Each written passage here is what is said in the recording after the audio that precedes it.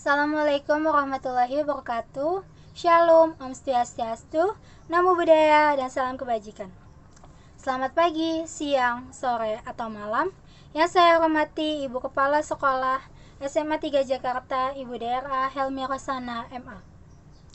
Beserta jajarannya Ibu Guru Bahasa Indonesia, Ibu Rutyanti Sinaga, SPD. Dan teman-teman yang saya kasihi, sebelumnya, marilah kita panjatkan puji syukur kehadirat Tuhan yang Maha Pengasih yang telah melimpahkan rahmat-Nya kepada kita, sehingga saya dapat menyampaikan pidato ini kepada hadirin sekalian. Pada kesempatan kali ini, izinkan saya, Virginia Masyarianingsi dari kelompok 2, akan membawakan sebuah pidato bertema literasi yang berjudul Kurangnya Literasi di Indonesia. Literasi adalah keterampilan dan kemampuan seseorang dalam mengolah dan memahami saat melakukan proses membaca, menulis, dan berbicara.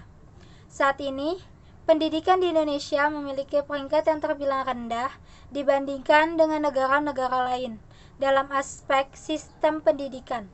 Kurangnya literasi atau minat baca siswa maupun mahasiswa yang masih rendah menjadi salah satu penyebabnya.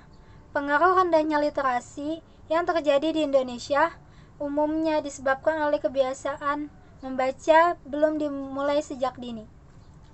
Kurangnya literasi yang dimiliki siswa dan masyarakat di Indonesia pada akhirnya akan mempengaruhi mereka dalam kemampuan berpikir kritis. Karena rendahnya kemampuan dalam berpikir kritis, banyak masyarakat Indonesia yang dengan mudah mempercayai informasi hoaks atau palsu yang diterima tanpa mengecek kebenarannya terlebih dahulu.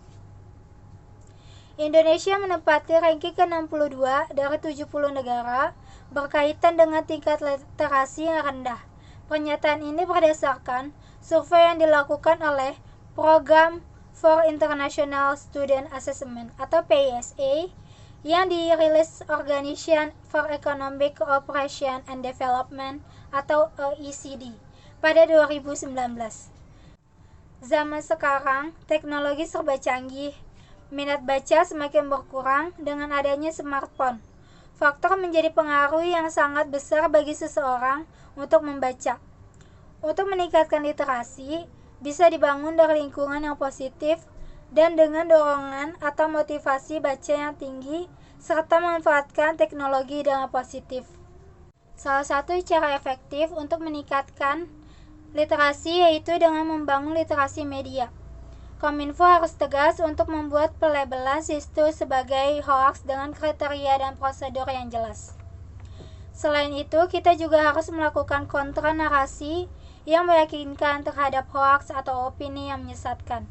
Maka dari itu, hadirin sekalian, marilah kita bangkitkan lagi minat membaca kita yang sudah hilang dengan teknologi yang canggih dan pilihan buku yang sudah sangat beragam. Seharusnya membaca terasa lebih mudah dan praktis. Saya harap rasa semangat kita dalam membaca bisa kembali lagi sehingga dapat menumbuhkan jiwa-jiwa cerdas dan berwawasan luas. Sekiranya itu saja yang dapat saya sampaikan dari pidato ini. Kurang lebihnya mohon maaf. Wassalamualaikum warahmatullahi wabarakatuh.